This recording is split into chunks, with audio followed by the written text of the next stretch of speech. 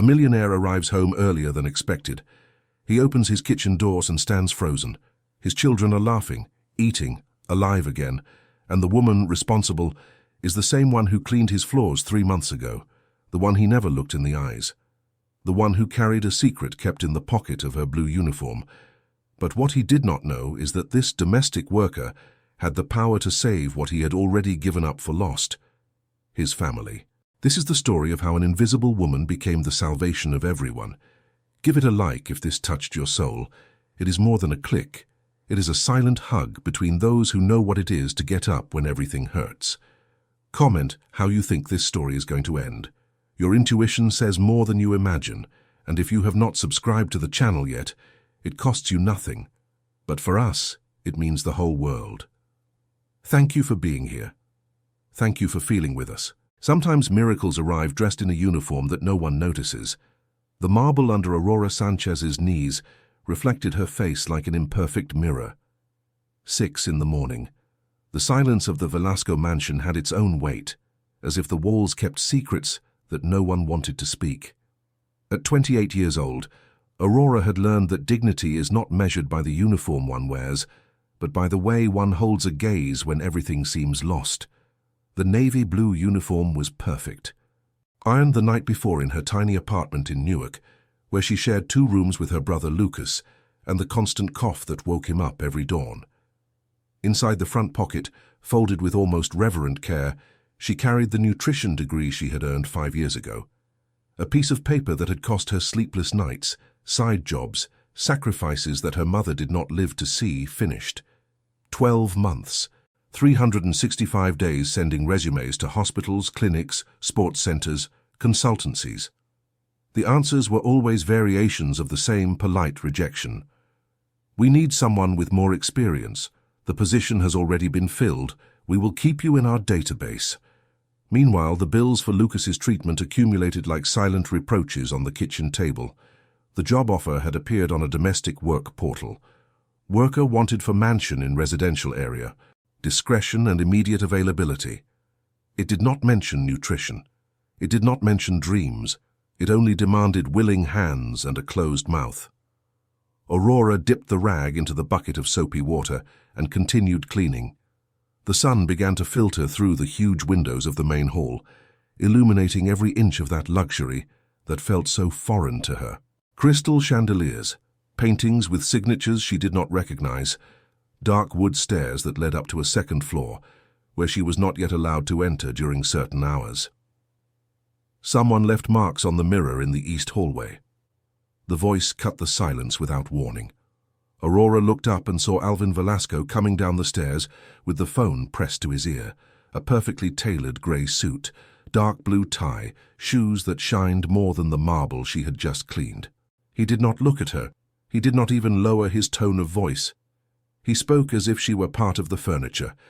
Yes, confirm the meeting for 9, and tell Miller that I do not accept excuses this time. He passed by Aurora without putting down the phone. The scent of his expensive cologne hung in the air for a few seconds before vanishing. She squeezed the rag in her hands, feeling the soapy water slip through her fingers. 3 weeks she had been working there, and Mr. Velasco had not spoken her name even once. Alvin Velasco, 32 years old, executive director of an investment firm that, according to what Aurora had read online, moved millions of dollars every quarter. A widower for 3 months and 5 days. Mrs. Velasco had died in a car accident while returning from a charity dinner. Aurora had seen the photograph in the newspaper when she was looking for information about her new job. A beautiful woman with a wide smile, elegant dress, eyes that sparkled with warmth. The complete opposite of the frozen silence that now lived in every corner of that house. The sound of small footsteps interrupted her thoughts. Aurora raised her head and saw 2 children coming down the stairs slowly, as if each step were a mountain. Ivy, the oldest, was 7 years old and had her brown hair pulled back in a messy ponytail.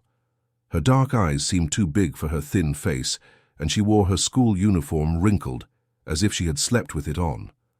Behind her came Gabe, 5 years old, barefoot and dragging a stuffed animal that once had been a lion, but now was just a pile of worn fabric.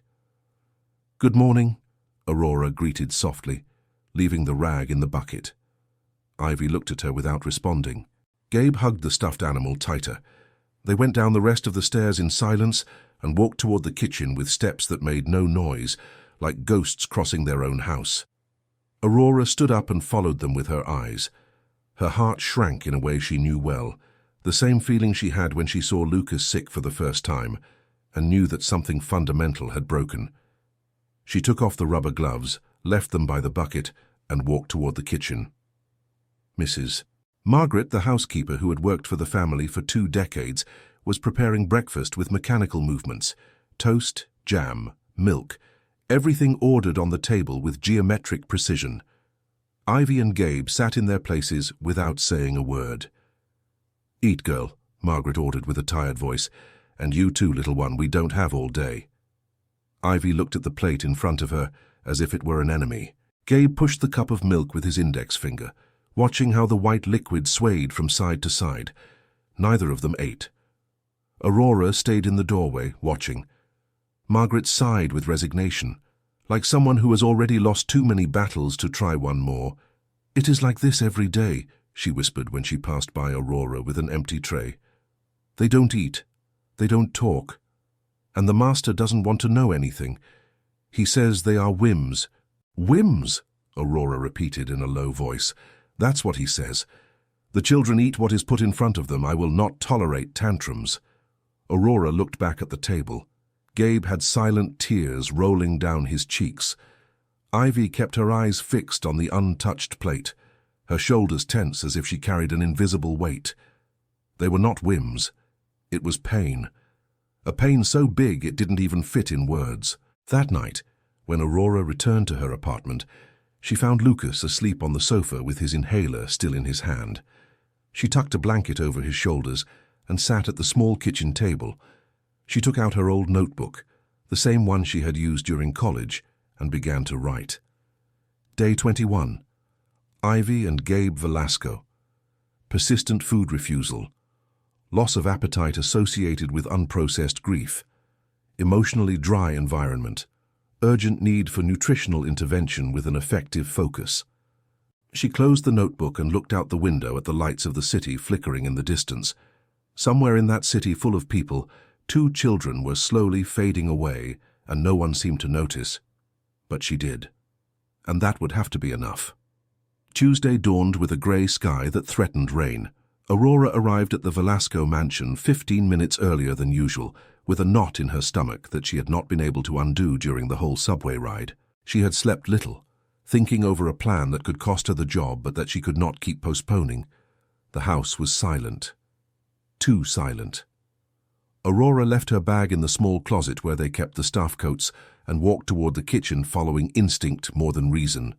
When she pushed the door open, the sound of crying hit her like a gust of cold wind. Gabe was sitting on the white tile floor with his back against one of the cabinets. In front of him, a spilled bowl of cereal formed a puddle of milk that spread slowly. The boy sobbed with his face hidden between his knees, rocking back and forth in a movement Aurora recognized. Self-comfort, a response to emotional neglect. Ivy was sitting at the table, motionless, with her eyes fixed on the wall. She did not cry. She did not even blink. Her stillness was more terrifying than her brother's crying. Aurora knelt beside Gabe without making a sudden noise. She did not try to touch him. She just stayed there by his side, waiting. The sobs continued for almost a full minute before the boy raised his head. His eyes were puffy, his nose red, his cheeks wet. "I don't want this anymore," he whispered with a broken voice. "I don't want to." "I know," Aurora responded softly. "Will you let me help you up?" Gabe hesitated but finally nodded. Aurora took him by the hand, small, cold, and helped him stand up. She led him to a chair and brought him a clean napkin to dry his face. "What happened with the cereal?" she asked without a tone of reproach. "It tastes bad," Gabe murmured. "Everything tastes bad." Aurora looked at the puddle on the floor, then at the empty plate in front of Ivy, then at the 2 little faces that had been feeding almost only on air and sadness for months. She took a deep breath. It was now or never. "You know what?" she said, adopting a lighter tone. "I think today we are going to do something different." Ivy turned her head for the first time, with a mix of curiosity and distrust. "Today's breakfast is going to be special," Aurora continued. "But I need you to help me. Can you do that?" Gabe looked at her with eyes still wet. Ivy frowned but did not look away. "Help how?" the girl asked with a hoarse voice, as if she spoke little lately. "Choosing." Aurora opened the refrigerator and began to take out ingredients. "Today you are not going to eat what someone else decided for you. You are going to eat what you choose." She placed eggs, strawberries, bananas, yogurt, honey, whole wheat bread on the table. Gabe sat up a bit in his chair, watching. Ivy tilted her head. "Can we really choose?" Gabe whispered. "Really?" During the next 20 minutes, the kitchen was transformed. Aurora prepared small pancakes, the perfect size for child hands, and cut them into cloud shapes using a cutter she had bought with her own money. She arranged the strawberries in a star shape around the yogurt. She served the honey in a small glass container so Gabe could pour it himself. "These clouds," Aurora said while placing the plate in front of Gabe, "traveled from very far away to find you. Do you see them? They come from the country where the sky is always blue." Gabe looked at the plate with wide eyes. For the first time in weeks, his expression was not one of rejection. He took the fork clumsily and poked a cloud. "And the stars?" Ivy asked, pointing to her plate. "Those are special. They only shine for brave girls who are learning to smile again." Ivy looked down. Her lips trembled.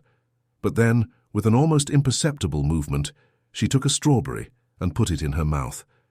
She chewed slowly, as if she were rediscovering what it was to eat. Gabe tried a bite of pancake, then another. The tears had dried on his face, replaced by something that looked dangerously like curiosity. Aurora sat with them without pushing, just accompanying. She did not demand that they finish everything. She did not rush them. When Gabe left half a pancake, she simply nodded. When Ivy pushed the plate away after eating only 3 strawberries, Aurora smiled at her. "You did a good job today," she told them. "Tomorrow we will try again, okay?" For the first time in 3 weeks, Gabe did not run out of the kitchen. He stayed sitting, swinging his legs, looking at Aurora, with something like trust. Ivy, before getting up, whispered so low that Aurora almost didn't hear her. "Thank you." That afternoon, when Margaret entered the kitchen and saw the half-empty plates, she stood frozen in the doorway. "Did they eat?" she asked, incredulous. "A little," Aurora responded while washing the dishes. "It is a start." Margaret shook her head, but there was a spark of something in her eyes. Relief, perhaps, or hope. "I don't know what you did, girl, but I hope it lasts." Aurora did not respond. She knew that this was only the first step of a very long road, but she also knew that the first steps are always the most important. That night she wrote in her notebook, "Day 22, first voluntary intake. Gabe, 40% of the plate. Ivy, 25%. Positive emotional response to playful presentation. Continue with sensory affective focus." And underneath, in smaller handwriting, "They are coming back." Alvin Velasco lived on autopilot. He woke up at 5:30, checked emails from bed, showered in exactly 7 minutes, dressed following the same pattern, white shirt, dark suit, sober tie, and left the house before his children came down for breakfast. He returned after they were already asleep. On weekends, he locked himself in his office with the excuse of accumulated work. It was not cruelty. It was survival. Every time he looked at Ivy, he saw Clara's eyes. Every time Gabe laughed, which no longer happened, he heard the echo of his wife's laughter. The whole house was a museum of memories that he did not know how to process, so he had chosen the simplest method, not processing them, working until exhaustion, staying busy, not feeling. Friday of that week, Alvin had to cancel an important meeting because the main client suffered a family emergency. Suddenly he found himself with 3 free hours and no place to go that wasn't his own home. He drove back with a feeling of growing discomfort, like a stranger about to invade foreign territory. It was 12:30 when he entered through the front door. The house smelled different, not the usual scent of cleaning products and silence, but something warm, almost cozy, Cinnamon, maybe, and something sweet he couldn't identify. He followed the scent to the kitchen and stopped in the doorway. The scene before him made no sense. Gabe was sitting at the table, laughing, while Aurora, the worker in the blue uniform, held a broccoli as if it were a miniature tree and made funny voices. Ivy, his daughter who had been a silent statue for months, had a fork in her hand and was eating. Actually eating. Her plate was half empty. And then the little dragon said, "But I don't want to spit fire, I want to spit rainbows," Aurora narrated with an animated voice. Gabe let out a giggle. Ivy smiled. A small smile, fragile but real. Something twisted inside Alvin's chest. Anger, confusion, relief. He didn't know. The only thing he knew was that this woman, this worker who was supposed to clean floors, was achieving something he had stopped trying. "What is going on here?" His voice came out harder than he intended. Aurora looked up sharply. The broccoli fell to the plate. She stood up immediately, her cheeks flushing. "Mr. Velasco, I did not know you were coming. Were you hired to play with my children?" Alvin cut her off, feeling the anger grow without fully understanding why. "Dad, no." Ivy stood up suddenly, placing herself between Aurora and her father. "She helps us. She makes the food, so the food doesn't hurt." His daughter's words hit him like a fist in the stomach. Food that doesn't hurt. What kind of father was he that he didn't even know that eating hurt his own children? Gabe began to sob, scared by his father's tone of voice. Aurora knelt beside him automatically, with a gesture so natural it showed she had done it many times before. "Gabe, it's okay. Everything is okay," she murmured. "Get up," Alvin ordered, but his voice no longer had the same edge. "And explain to me what is going on." Aurora stood up slowly. She took a deep breath, like someone about to gamble everything on a single card. "Mr. Velasco, I am a nutritionist." The words came out fast, firm. "I graduated 5 years ago. I never got a job in my field. I entered this house because I needed the job, and you needed staff. But I could not stay silent seeing your children become malnourished." Alvin blinked, processing. "Nutritionist?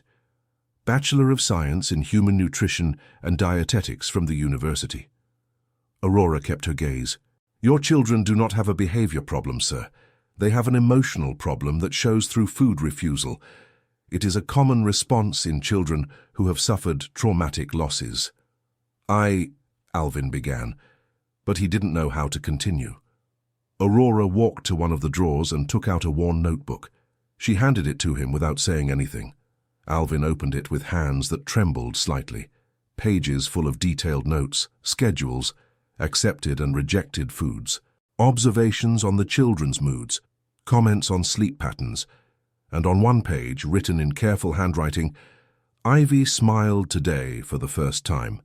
I had cut the apples into heart shapes and told her that each heart kept a wish. She asked if she could keep one for her mom." Alvin closed the notebook because he couldn't keep reading. He had a knot in his throat that threatened to suffocate him. "Why didn't you tell me you were a nutritionist?" he asked with a hoarse voice. "Because you needed a domestic worker and I needed a salary." Aurora did not look away. "And because I thought that if I told you the truth, you wouldn't believe me. Or worse, that you wouldn't care." Alvin looked at his children. Gabe was still whimpering, but Ivy watched him with a mix of fear and plea. She was terrified that he would fire Aurora. He could see it in every line of her small face. When was the last time he had really looked at his children? When was the last time he sat with them to eat? When did he stop being a father to become a ghost who paid bills? "Sit down," he finally said, pointing to a chair. Aurora obeyed, tense.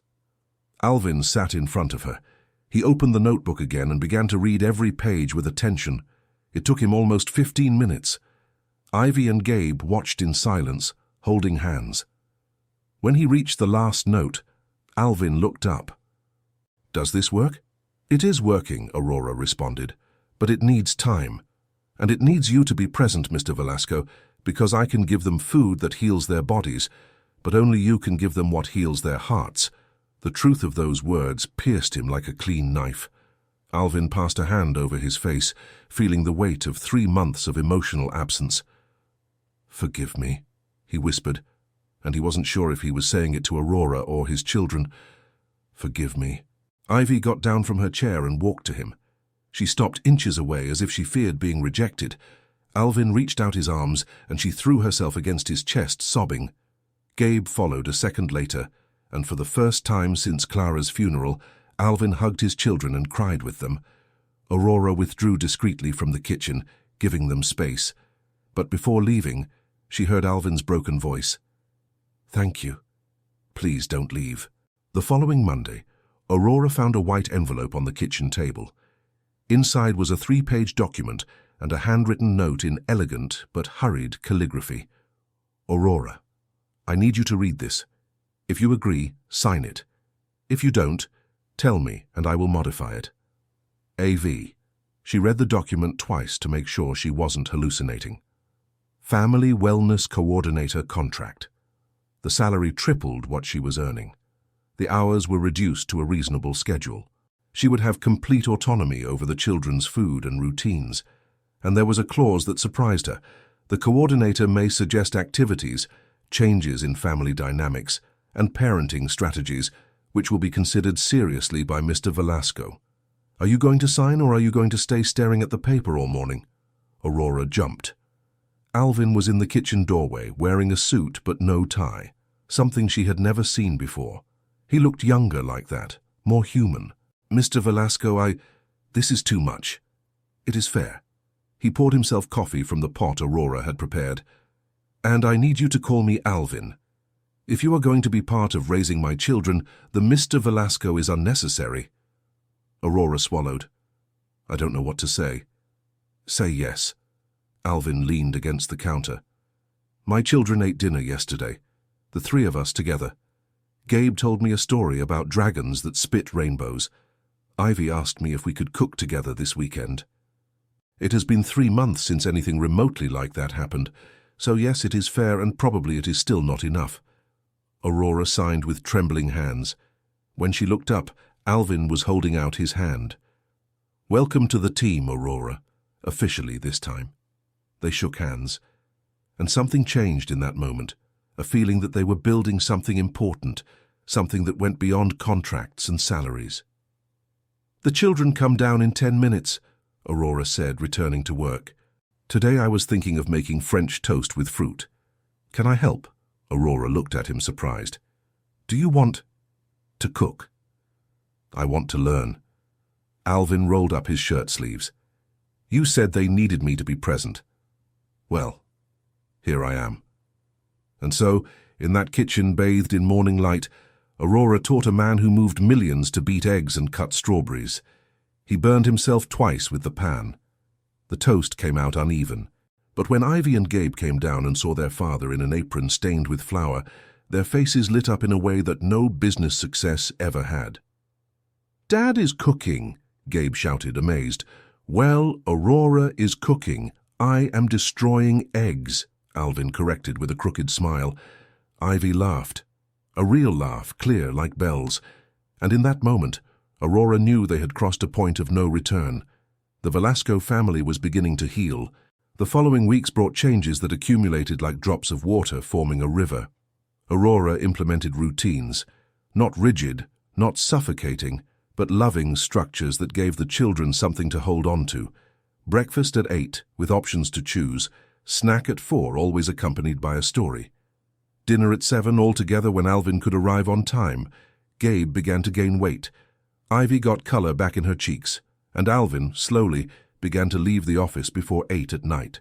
One Thursday, Aurora found Ivy in the kitchen before breakfast, looking at photos on her tablet. "What are you looking at, honey?" "Photos of Mum." Ivy raised the screen.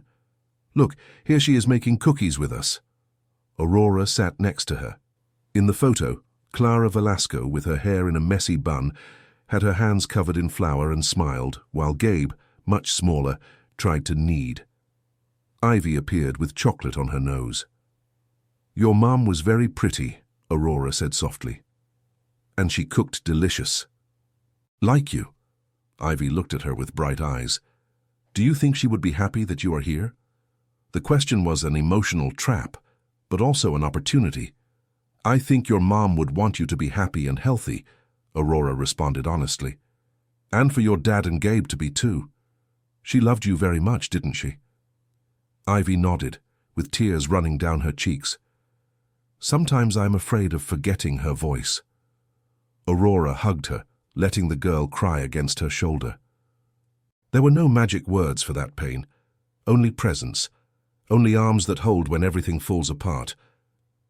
You know what we could do, Aurora said after a while. We could cook those cookies you used to make together. That way, every time you make them, you will remember not only her voice but also her laughter, the smell of the kitchen, the feeling of being with her. Ivy pulled away, wiping her tears. Really? Really? This weekend, deal? Deal. When Alvin arrived that night at 7:30, a personal record, Aurora told him about the conversation. He stayed silent for a long moment, sitting in the kitchen with a cup of cold coffee in his hands. I kept all of Clara's recipes, he finally said. They are in a box in her closet. I haven't been able to open it. You don't have to do it alone, Aurora responded. When you are ready, we can do it together. You, the children, and me. Alvin looked up. Why do you do all this, Aurora? It goes beyond any contract. Aurora thought of Lucas, of her mother who died before seeing her graduate, of all the times someone closed a door on her. She thought of the dignity of continuing even when no one is watching. Because they need it. And because I needed this too. I needed to remember why I studied, what everything I learned is for. Not just to give diets, but to give back to people something they lost. Alvin nodded slowly. Thank you for not giving up on us. Thank you for letting me try. The following Saturday, the kitchen was filled with laughter and flour. Aurora had taken out Clara's box of recipes, with permission from Alvin, who stayed there the whole time, with wet eyes but smiling. They found the recipe for chocolate chip cookies, written in round handwriting and with hearts drawn in the margins. Ivy read the recipe out loud. Gabe broke the eggs, and half the counter too. Alvin measured the ingredients with the precision of someone used to handling numbers, and Aurora supervised, guiding small and large hands with equal patience. When they took the cookies out of the oven, the scent filled the whole house. Gabe stole one before they cooled and burned his tongue, but he laughed anyway. Ivy bit into one and closed her eyes. They taste like Mom's, she whispered. Exactly the same. Because you made them with love, Aurora said. The same love she put in. Alvin wrapped one arm around Ivy and another around Gabe. The three of them stayed there in the kitchen full of the smell of freshly baked cookies, crying and laughing at the same time. And Aurora understood that she was witnessing something sacred, a family learning to honor the one who left without stopping living. That night, before leaving, Aurora wrote in her notebook, Day 52, Gabe's weight, about 1.2 kilos. Ivy ate 85% of her meals this week. Alvin had dinner at home 5 out of 7 days. First positive mention of Clara without a crisis. Food is no longer pain, it is beginning to be healing. And underneath, in larger letters, we are getting there. Tuesday of the following week, Aurora was preparing lunch when the doorbell rang. Margaret went to open it and returned with a tense expression. It is Mr. Velasco's mother, Mrs. Beatrice. Aurora felt a knot in her stomach. She had heard about Beatrice Velasco, a woman of high society, critical, demanding, who, according to Margaret, had disapproved of her son's marriage to Clara because she came from a family without a name. Beatrice entered the kitchen like a queen inspecting conquered territories. She was 60 years old but looked younger, with perfectly styled blonde hair, a pearl-colored suit, and an expression that could freeze hell. Are you the new worker? She asked without preamble, looking Aurora up and down. I am Aurora Sanchez, Family Wellness Coordinator, Aurora responded, keeping her voice firm. Coordinator of what? Beatrice let out a short laugh. Alvin and his modern ideas. You are still a domestic worker, girl, don't get confused. Aurora grit her teeth, but did not respond. It wasn't worth it. Beatrice walked through the kitchen, inspecting every corner. Where are my grandchildren? At school. They return at 3. And what is this? Beatrice pointed to the coloured plates, the shape cutters, the jars with handmade labels. Work tools. Tools. Beatrice took a star-shaped cutter as if it was something contaminated. In my time, children ate what they were given without theatre. This generation spoils children with nonsense. With respect, Mrs. Velasco, your grandchildren were not eating anything. Now they eat. That is not spoiling, it is saving. Beatrice narrowed her eyes. Are you talking back to me? I am informing you. Aurora held her gaze. The silence that followed was dense, dangerous. Beatrice was used to people bowing their heads. Aurora had bowed her head too many times in her life. She was not going to do it now, not when she was protecting Ivy and Gabe. I am going to talk to my son about you, Beatrice finally said with a frozen voice. I don't like you. I don't like your tone, or your methods, or that a worker has a coordinator title. Alvin is confused by grief, but I'm going to open his eyes. She left the kitchen, leaving a trail of expensive perfume and veiled threats. Aurora leaned against the counter, trembling. Margaret appeared with a cup of tea. Don't worry, girl. Mrs. Beatrice has always been like that. Pure noise.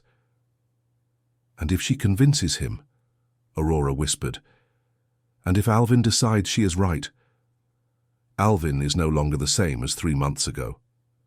Margaret patted her shoulder. You gave him back his children.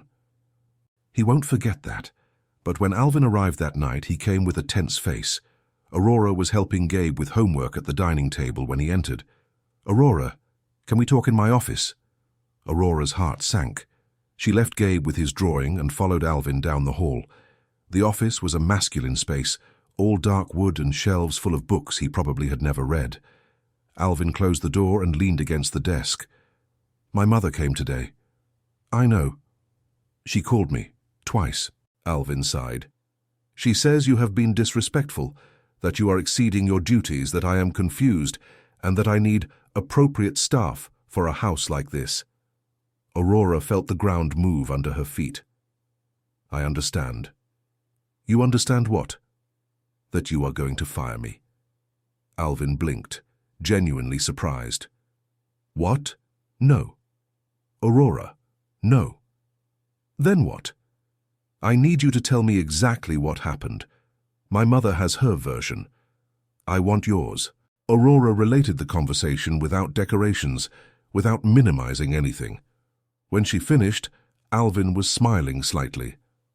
You talked back to her? Yes.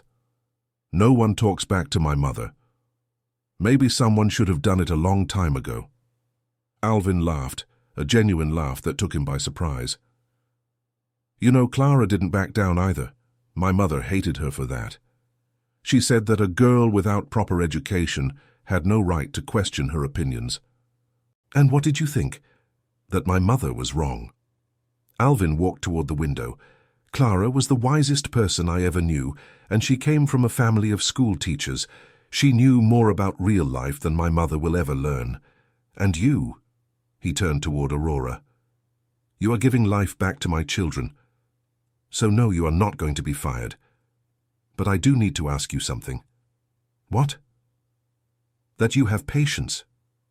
My mother doesn't change easily, but if she sees results, eventually she gives in. Give me time to handle this. Aurora nodded, feeling she could breathe again. Okay. And, Aurora, thank you for defending my children, even from my mother. When Aurora returned to the dining room, Gabe ran toward her. Aunt Aurora, did Dad scold you? No, honey, we just talked. You're not going to leave. Aurora knelt to his level. I'm not going anywhere. Gabe hugged her tight. And Ivy, from her place on the sofa where she was reading a book, smiled with relief. That night, Aurora wrote, Day 58, First External Confrontation, Support System Holding. Alvin chose well. The children feel safe. We continue. 2 weeks later, Alvin received an important call. A British investor was in New York for 3 days and wanted to meet in a more intimate and familiar environment than a restaurant. He suggested lunch at Alvin's house. It was a meeting that could mean millions for the company. I need you to prepare something special, Alvin told Aurora. Nothing ostentatious but perfect. Richard Henderson is picky with food. Aurora felt a mix of nervousness and excitement. It was her opportunity to really show what she knew how to do beyond creative dishes for children. Allergies? Preferences? No allergies. He likes Mediterranean food, but with touches of innovation. Aurora spent 2 days planning the menu. She consulted her college notes, looked for recipes, did tests. She decided on a 4-course menu: burrata salad with roasted tomatoes and balsamic reduction, sea bass in salt with seasonal vegetables, lamb with herb crust and cauliflower puree, and to finish, a Santiago tart with olive oil ice cream. The day of the lunch, Aurora arrived at 5 in the morning. Margaret helped her with the deep cleaning of the main dining room. At 11, everything was ready. The table set with the fine china that no one had used since Clara's death, fresh flowers in the center, shiny crystal glasses. Richard Henderson arrived on time at 12:30. He was a man in his 50s, elegant, with the bearing of someone used to the best. He brought with him his assistant, a young woman who took notes on everything. Aurora served the first course with hands that did not tremble, although her heart was going 1,000 miles an hour. She waited in the kitchen, attentive to any call. At 10 minutes, Alvin knocked on the kitchen door. He was smiling. "He wants to meet you." "Me?" "He says it is the best burrata he has tasted outside of Italy. He wants to congratulate the chef." Aurora took off her apron, smoothed her uniform, and entered the dining room with her legs trembling. Henderson stood up when he saw her enter. "You prepared this?" he asked in English with a marked British accent. "Yes, sir," Aurora responded, mentally thanking the English classes she took in college. "Exceptional." Henderson pointed to the plate. "The balance between the acidity of the tomato and the creaminess of the cheese is perfect. Where did you study?" "University. Human Nutrition and Dietetics." "Nutrition?"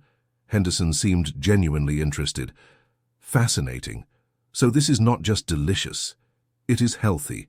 Each course is nutritionally balanced without sacrificing flavor," Aurora explained, gaining confidence. "Food should nourish the body and the soul." Henderson laughed. "I like that philosophy. Alvin, you have a treasure in your kitchen." When Aurora returned to the kitchen, her hands were trembling but with excitement now. The following courses received the same praise. Henderson had seconds of the lamb. The Santiago tart left him speechless. At the end of the lunch, while Aurora was cleaning up, she heard Henderson tell Alvin, "The meeting was a success because of several factors, but I must admit that the food played an important role. One can know a lot about a person by how they treat their staff and what kind of talent they cultivate in their environment. Clearly, you value excellence at all levels." That afternoon, Alvin entered the kitchen with a bottle of champagne. Henderson signed, $20 million in investment. Aurora looked at him surprised. "Really? Really? And he wants me to give him your contact. He has a daughter with eating problems, and he is interested in your approach." "Alvin, I don't have an office, or—" "Then you will open one." Alvin poured 2 glasses. "I'm going to make you a proposal, and I want you to think it over before responding." Aurora took the glass with trembling fingers. "I want you to continue working with my children. That is non-negotiable. But I also want you to have your own space to see external patients. I will help you establish yourself. It will be your office, your business. I only ask that you keep your afternoons available for Ivy and Gabe." "I cannot accept that. It is too much." "It is not charity, Aurora. It is an investment. You have real talent. I saw it in Henderson, in my children, in every meal you prepare. You are wasted cleaning floors." He paused. "And yes, I know you still clean even though it's no longer your job," Margaret told me. Aurora felt tears stinging her eyes. "I need to think about it. Think about it. But think about it seriously." That night, Aurora called Lucas from the subway. "Sister, are you crying?" "I'm okay, better than okay. I think my life is changing." "Did you win the lottery?" Aurora laughed through tears. "Something like that." Aurora did not sleep that night. She stayed awake, staring at the ceiling of her small room, thinking. Her whole life had been a series of closed doors, polite rejections, opportunities that evaporated, dreams that were postponed indefinitely. And now, a man she had met while cleaning his floors was offering her what no institution had wanted to give her, a real opportunity. But there was fear too. What if she failed? What if she wasn't good enough? What if this was too beautiful to be true? At 3 in the morning, she got up and took out a box she kept under her bed. Inside were all her rejections, every printed email, every letter that began with, "We regret to inform you." She had kept them not out of masochism, but as a reminder, to never forget where she came from. But maybe it was time to let go. She took the papers, went to the kitchen, and one by one she tore them up. She did not burn them because she didn't want drama. She just destroyed them methodically, feeling how with each torn piece, something inside her was freed. The next morning she arrived at the Velasco mansion with an answer. "I accept," she told Alvin as soon as she saw him, "but with conditions." Alvin raised his eyebrows, amused. "I'm listening." "I want it to be a loan, not a gift. With fair interest. I will pay back every dollar." "Agreed. And I want that if I fail, it doesn't affect my work here with the children, that they be separate things." "You will never fail. But I agree. And one last thing." Aurora took a deep breath. "I want Ivy and Gabe to be my first official patients, with a formal medical history, professional follow-up. I want them to see that their Aunt Aurora is also a serious professional." Alvin reached out his hand. "Deal." They shook hands, sealing something that was much more than a business agreement. It was a pact of mutual trust. The following 2 months were a whirlwind. Alvin kept his word. He rented a small but bright space in town, 15 minutes from the mansion. Aurora worked mornings with Ivy and Gabe, and afternoons establishing her office. Alvin introduced her to his lawyer, who helped her with all the paperwork. He lent her money for basic equipment. He put her in contact with Henderson, who became her first external client. Henderson's daughter, a 16-year-old girl who had developed anorexia after severe bullying, responded to Aurora's treatment. It was not fast or easy, but Aurora knew how to listen. She knew how to wait. She knew that food was only a symptom of deeper wounds. 3 months after opening, Aurora had 12 regular patients. 6 months after, she had a waiting list. But never, not even for 1 day, did she fail her commitment to Ivy and Gabe. The afternoons were sacred. They cooked together, did homework, laughed. Sometimes Alvin joined more and more frequently. The house that had been a silent mausoleum now had life. One spring afternoon, while they were making cookies, Clara's, which had become a tradition, Ivy said something that made Aurora have to sit down. "Aunt Aurora, Mom would be proud of you." "Why do you say that, honey?" "Because you saved us, and Dad says you saved his business. And now you save more people." Ivy looked at her with eyes wise for her age. "Mom always said that special people are the ones who help even when no one is watching." Aurora had to excuse herself to the bathroom to cry. When she returned, Gabe gave her a drawing he had made. 3 large figures, Alvin, Aurora, and Ivy, protecting a small one, himself. Above he had written with crooked letters, "My family." That night, while Aurora was putting her things away to leave, Alvin stopped her in the hall. "I've been thinking," he said with his hands in his pockets. "I need to ask your forgiveness." "Why?" "For how I treated you at the beginning. As if you were invisible, as if you didn't matter." He looked down. "I was so sunk in my own pain that I didn't see anyone else, not even my children." "I already know, and I already forgave you. A long time ago." "I know." But I needed to say it out loud. Alvin looked up. "You changed everything in this house, Aurora. Not just the food or the routines. You gave us back the ability to be a family. You were already a family, you just needed to remember it." Alvin smiled sadly. "Clara would have adored you.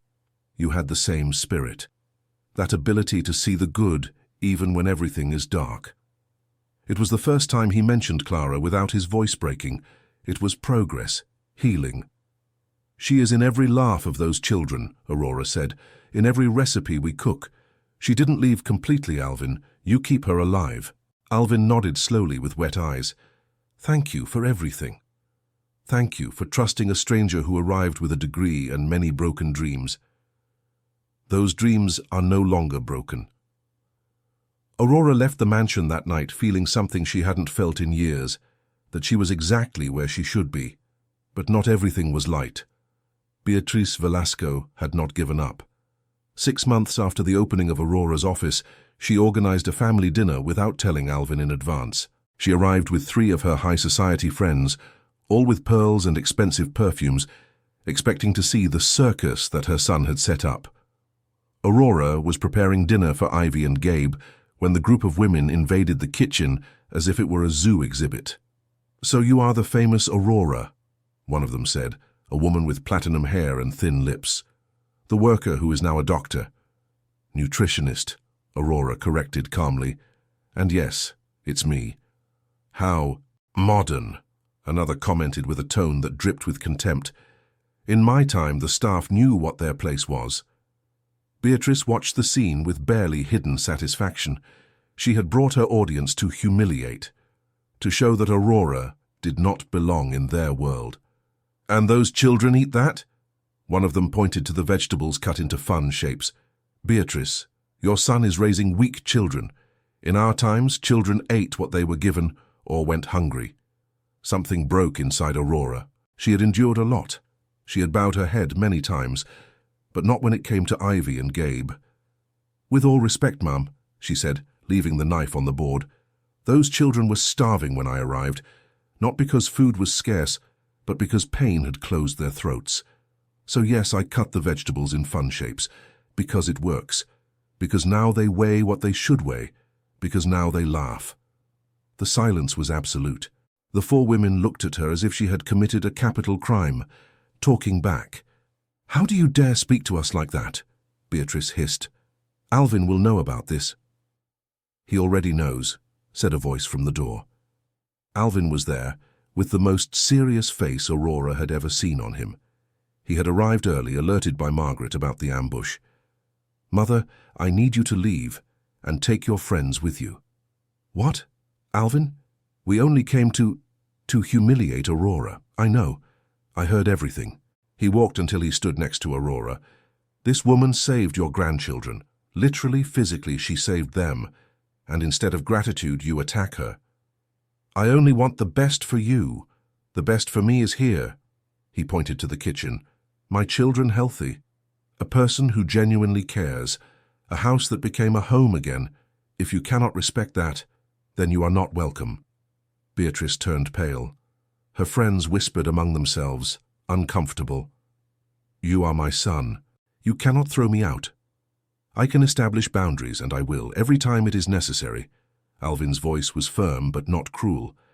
"I love you, Mom, but I am not going to tolerate you mistreating the people I love." The words hung in the air. The people I love. Aurora felt her heart race. Beatrice left with her cheeks red with humiliation, followed by her group. The door slam echoed through the house. Alvin turned toward Aurora. "Are you okay?" "I should ask you that. You just threw out your mother."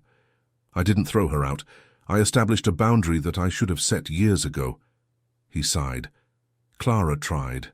I never supported her enough. I won't make the same mistake twice." Aurora felt hot tears in her eyes. "Thank you." "No, thank you. For not giving up, even when my family does the impossible to drive you away." Ivy and Gabe appeared at the door, scared by the shouting. Aurora called them with a gesture, and both ran to her arms. Alvin joined the hug, and the 4 of them stayed there in the middle of the kitchen, forming a protective circle against the outside world. 3 months after the incident with Beatrice, Aurora received an unexpected call. It was from the board of dietitians nutritionists. "Miss Sanchez, we are calling to inform you that you have been nominated for the New Talent in Clinical Nutrition Award." Aurora almost dropped the phone. "Nominated? By whom?" "By Dr. Richard Henderson. He presented a case study about your work with his daughter and other patients. The committee was very impressed. The ceremony would be in 6 weeks. Aurora did not have appropriate clothes or experience in events like that, or any idea what to expect. When she told Alvin, he simply smiled. "We are going shopping." I don't need... Yes, you do, and I need to go with you. Please. They went on a Saturday, with Ivy and Gabe included. The girl helped Aurora choose a midnight blue dress that made her feel like someone she had never been, but always wanted to be. Gabe insisted that she also buy shiny shoes. The night of the ceremony, Aurora arrived at the hotel where the event was held, feeling like she was floating. Lucas accompanied her, proud in his borrowed suit, coughing less thanks to a new treatment that Aurora could now pay for. Alvin was there with Ivy and Gabe. They had insisted on going. "You are our Aunt Aurora," Ivy had said. "We have to be there." Aurora did not win. The award went to a researcher with 20 years of experience, but when they mentioned her name among the nominees and explained her work with children in grief, the entire hall stood up to applaud. Richard Henderson approached afterward. "It was only a matter of time, Aurora. Next year will be yours." But the real award came when they left the hotel. Gabe took her hand and said, "I think you did win, Aunt Aurora, because you won when you made us eat again, and that is more important than an award." Aurora picked him up in her arms, not caring about wrinkling the dress, and hugged him tight. Ivy joined. Alvin wrapped his arms around the three of them, and Lucas took a photo with his old cell phone. That photo would end up framed in Aurora's office, a reminder that success does not always come with trophies. Sometimes it comes with hugs from children who smiled again.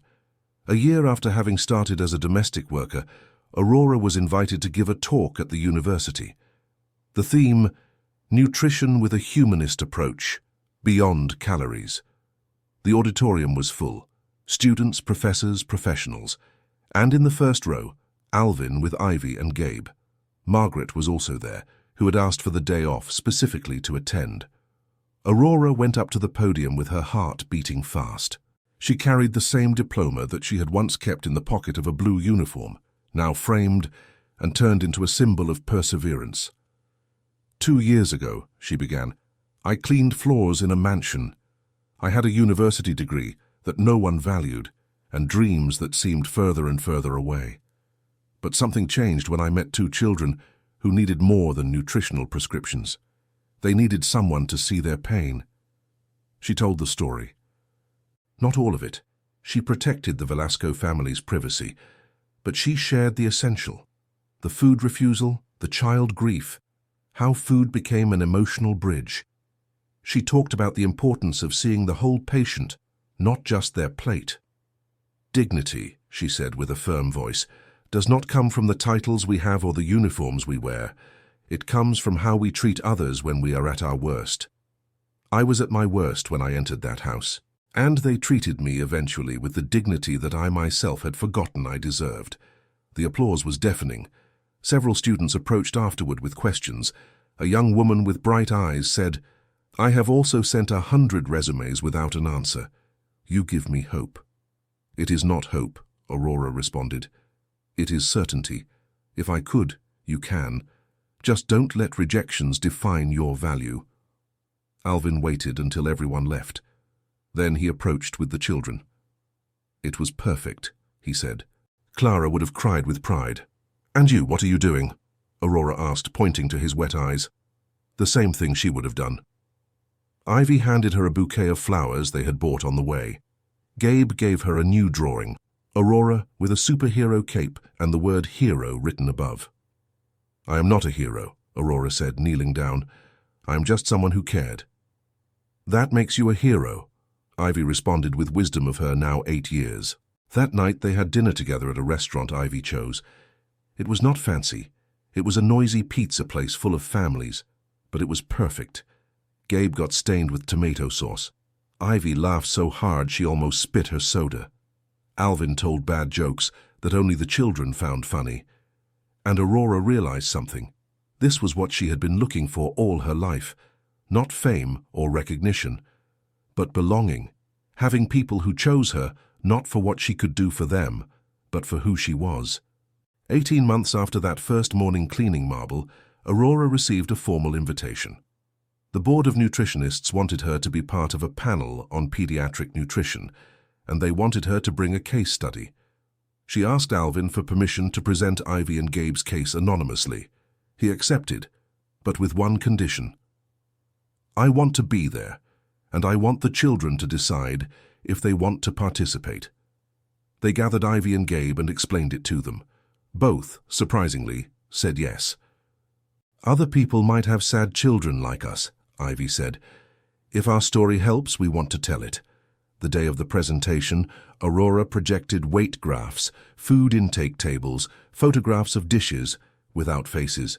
She explained each phase of the treatment, the initial resistance, the small advances, the relapses, the triumphs. And at the end, she invited Ivy and Gabe to the stage. The auditorium went silent.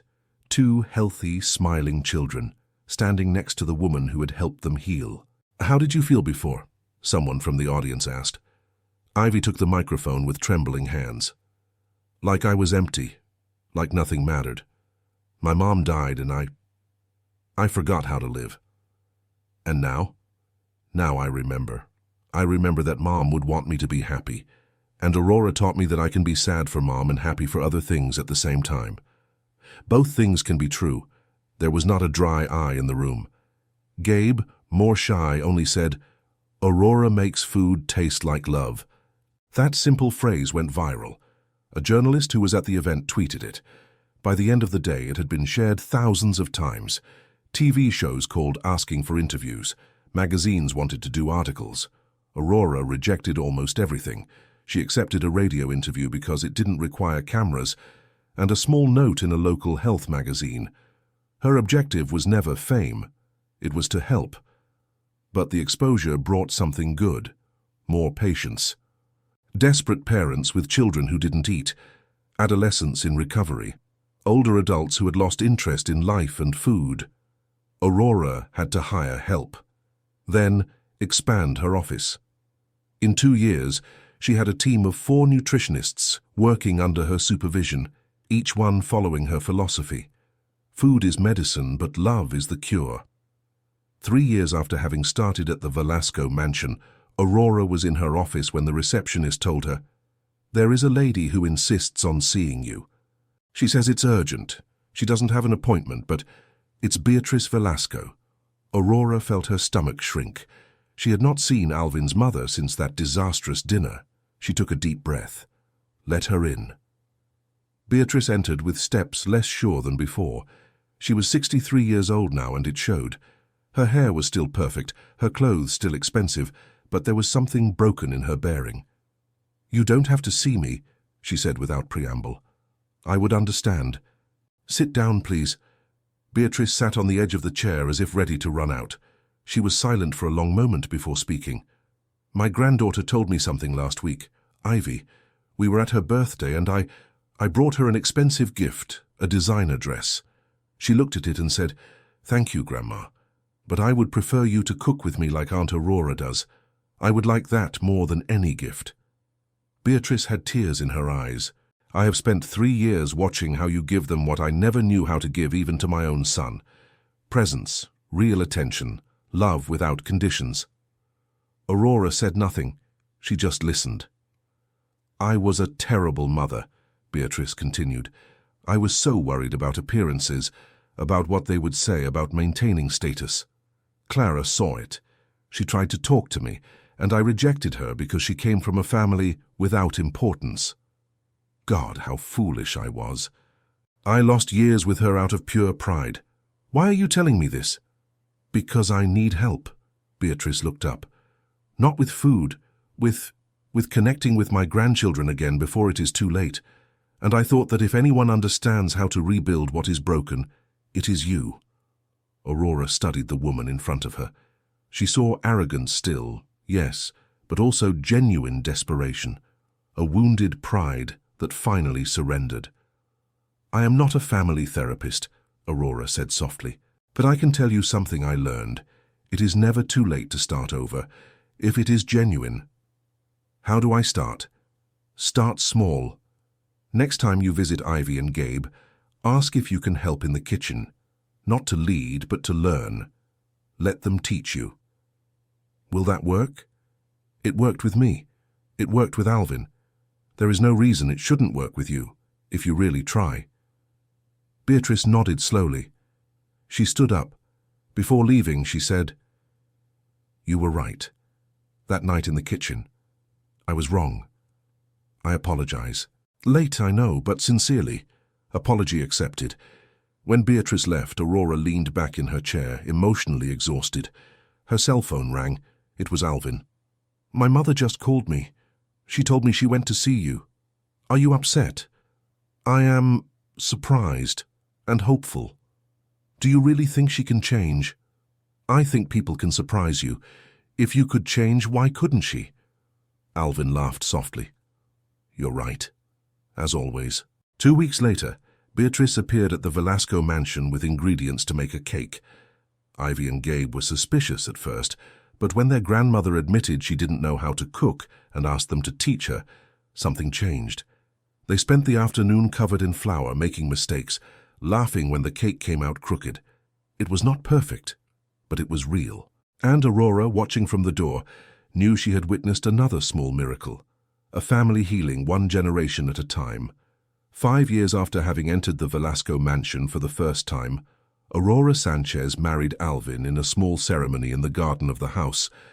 The June sun bathed everything in golden light, and the hydrangeas that Clara had planted years ago were blooming in blue and white tones, as if they had been waiting for this day. Ivy, at 12 years old and with her brown hair in an elegant bun, was the maid of honor. She wore a lavender dress she had chosen herself, and walked with the grace of someone who is stopping being a girl, but is not yet quite a woman. Gabe, at 10 years old, carried the rings with the seriousness of someone who has an important mission, his small grey suit perfectly ironed, and a tie that Alvin had helped him tie that morning. It was not an easy road to get here. Alvin had taken years to open up to love again, scared of betraying Clara's memory, terrified of losing again. Aurora had been afraid of confusing gratitude with genuine feelings, afraid of not being enough, of always being the second.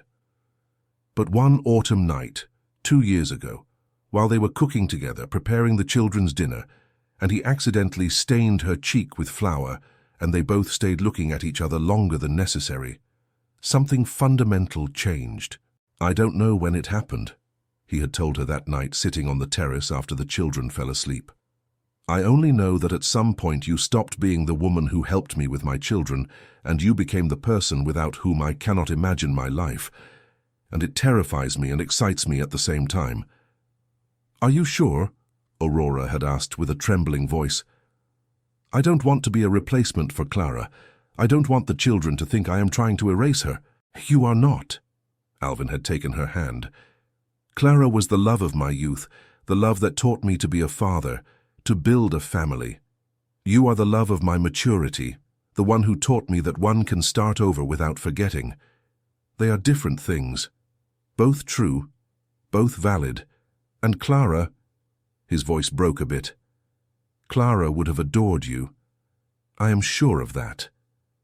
The wedding was simple but full of meaning. Only 50 guests, all people who really mattered. Lucas walked Aurora toward the makeshift altar, under the old oak tree in the garden, coughing only a little. His health had improved notably over the years thanks to the treatment Aurora could now pay for without difficulty. He looked elegant in a suit Aurora had given him, his eyes bright with pride.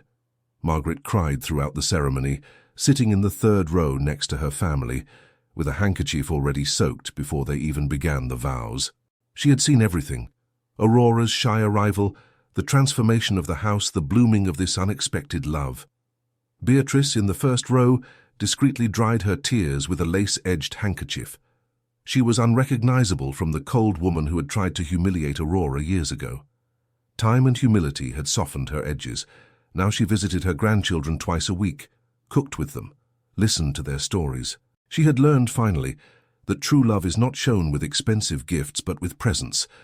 And at the banquet table, in a place of honor, there was an empty seat with a framed photograph of Clara. Not as sadness, but as honor. A white candle burned softly next to the image. Ivy had insisted on that detail. "Mom is here," she had told Aurora the night before, while they were rehearsing some details of the ceremony. "Not in person, but in every good thing you do for us, in every smile of Dad's. In every meal you prepare with love. She sent you, I'm sure. because she knew we would need you." Aurora had cried then, hugging that girl who had become her confidant, her ally, her daughter of the heart, even if not of blood. The first dance was emotional. Aurora wore a simple ivory dress without excesses, elegant in its simplicity. Alvin guided her clumsily across the makeshift dance floor in the garden while a soft ballad played. His eyes did not move from her. Alvin's speech was even more moving. He stood up with a champagne glass in hand, cleared his throat nervously, and spoke with an honesty that left more than one person breathless. "I met Aurora in my worst moment. When I had given up on being a father, being human, being anything other than an automaton that went from work to home without really living either. She saw 2 children slowly dying and she refused to look away. She could have done it. It would have been easier. But she didn't." He paused with a trembling voice.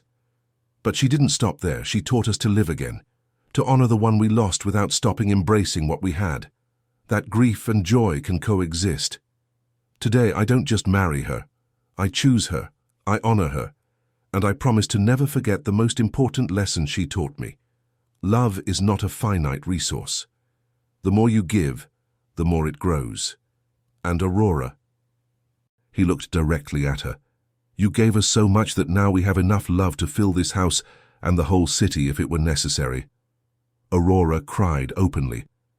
Ivy and Gabe went up to the stage without anyone calling them, moved by a simultaneous impulse. The 3 of them merged into a hug. Alvin joined, and the family, now officially complete, held together while the guests applauded with their own tears rolling down their cheeks. The honeymoon was short, only a week on the coast. Ivy and Gabe stayed with Beatrice, who to everyone's surprise had learned not only to make the cloud-shaped pancakes that Gabe liked so much, but also Clara's cookies and even a new repertoire of healthy dishes that Aurora had patiently taught her. When Aurora and Alvin returned tanned and renewed, the house smelled of freshly baked cookies and cinnamon. The children had made Clara's cookies with their grandmother. They were crooked, some burned at the edges, others raw in the center, perfectly imperfect. "Do we try them?" Ivy asked, proud, with her hands still stained with flour. "You made them alone?" Aurora examined them with an expert eye but a melted heart. "Well, Grandma helped," Gabe admitted, "but I broke the eggs without dropping any shell inside, not even one." The 5 of them sat around the kitchen table.